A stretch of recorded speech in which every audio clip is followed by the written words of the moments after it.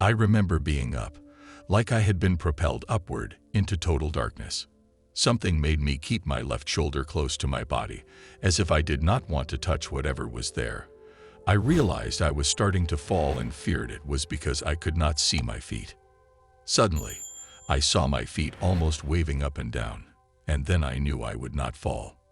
With that, I wondered where I was, what I was doing there, how I got there, where to go, and had a sense I was not supposed to be there, wondering what would happen if I was found out. I then had a choice, go straight or turn to the left and go down a hallway. The brightest white light I have ever seen appeared in my right upper outer field of vision, the size of a baseball, and it drew me toward it. I decided to approach the light, hoping to see where I was going. The light was getting bigger and changing positions until finally it was large and like a big circle before my eyes, as if I was in a tube or tunnel, and this light was at the opening. At the same time, I saw myself walking up and inclined toward this opening, or room, where the light was coming from. I remember wishing I had brought my sunglasses, for I was sure the light would blind me, but it did not. Next, I saw two people in the room of light, just beyond my reach. A man and a woman were holding hands.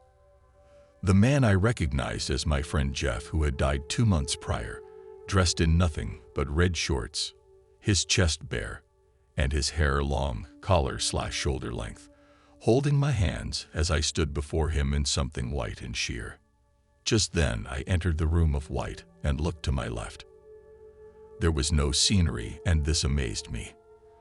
As I turned toward the right, I knew I would come face to face with the origin of the light, and when I did, I was not blinded by it. I was just so amazed. I could hear that Jeff was talking to me, and I wanted to hear what he said, and then I saw myself going into my body, the one in white, entering through the top of the head and entering like a wisp of smoke, like when the genie on I Dream of Jeannie would go into her bottle.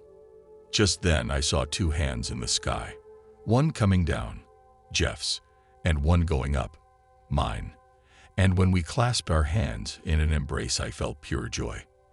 As I turned to look at Jeff, the origin of the light was in front of me, like a sunburst with colors dispersed from the center white, and it was approaching me. I became fearful and tried to back up. I could not move. Then the light took shape, like the outline of a person in a robe with a hood, and the light touched me between my breasts. The light entered me and filled me to the point that it began to pour from me, and I threw my head back in ecstasy, knowing it, life, and all its questions, was all so simple. It was just the little things. I felt a sense of being home, something I had searched for all my life, and a warmth and joy and understanding that I still cannot put into words. I had peace of mind just knowing. There were no more questions. Then I saw Jeff.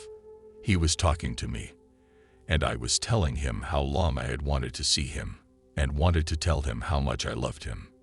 He said, "I know," and I was amazed that he could talk to me without moving his mouth. I then realized that all our communication was done without seeing our mouths move, and I wanted to be quiet to hear more.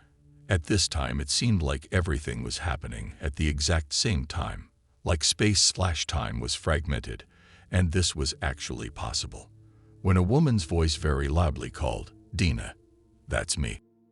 I turned to my left to see who was disturbing me, and I said, "I have to go." When I turned back to see my Jeffrey, all I saw was the sight of our two hands parting, his going up and mine going down, and I began to scream, "No, no, no, no, no, I don't want to go. It took so long to get there. I didn't want to go back." I was mad at myself for saying I have to go. With that, my eyes opened and an oxygen mask was being put on my face. I recognized the voice of the woman who disturbed me as the nurse in front of my face telling me to breathe, but I wouldn't listen to her. My throat was clogged by sputum, and I didn't want to cough it up. I wanted to go back to where I had just been. This place, the recovery room, was cold. I was cold, shivering, and in pain. I just wanted to take off the oxygen mask but could not move, Not a muscle, not a finger, not an eyelash. And then a voice in my head said, "Cough." "No," I said, and I remember shaking my head no. "Cough," the voice said. "Cough it out." And I tried. The first time it didn't work. The voice shouted, "Cough," and as I did, my airway cleared. The nurse told me to keep breathing and keep my eyes open this time.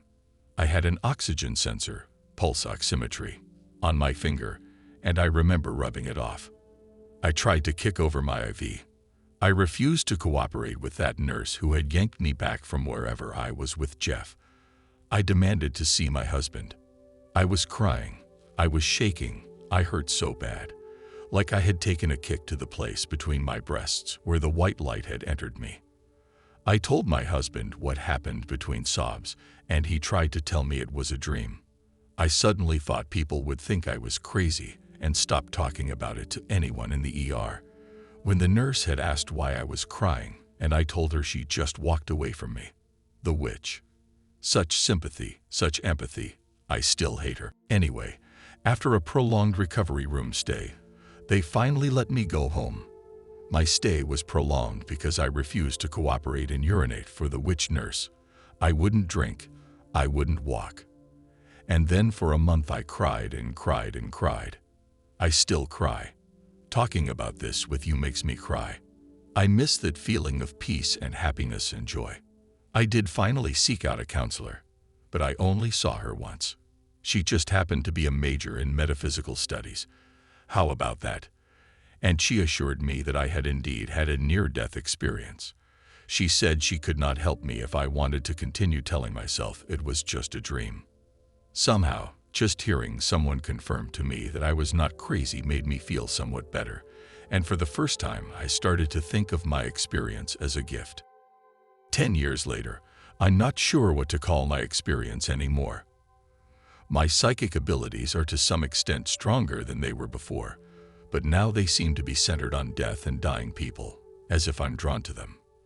Part of me wants to let them know that there's nothing to be afraid of, but the other part quiets my mouth, not wanting to push them over to the other side before they're ready, if you can understand what I mean. So usually, I end up doing nothing except knowing that the person is dying because I don't know what I'm supposed to do with this information. One thing, before I end this, upon waking in the recovery room, I had the most profound sense of warmth in my right hand, the one that Jeff held, and at times I have had the feeling that the touch from my right hand can produce good effects, i.e., take away pain in particular. I have done this mostly with my arthritic dog, and quietly with my mother after her stroke. I don't tell people what I'm doing. They might think I'm crazy. At least that's what I fear. But I must tell you, I feel very uneasy being drawn to dying people, as I am not exactly sure what I am supposed to do. Like I'm supposed to do something. And I just don't know what.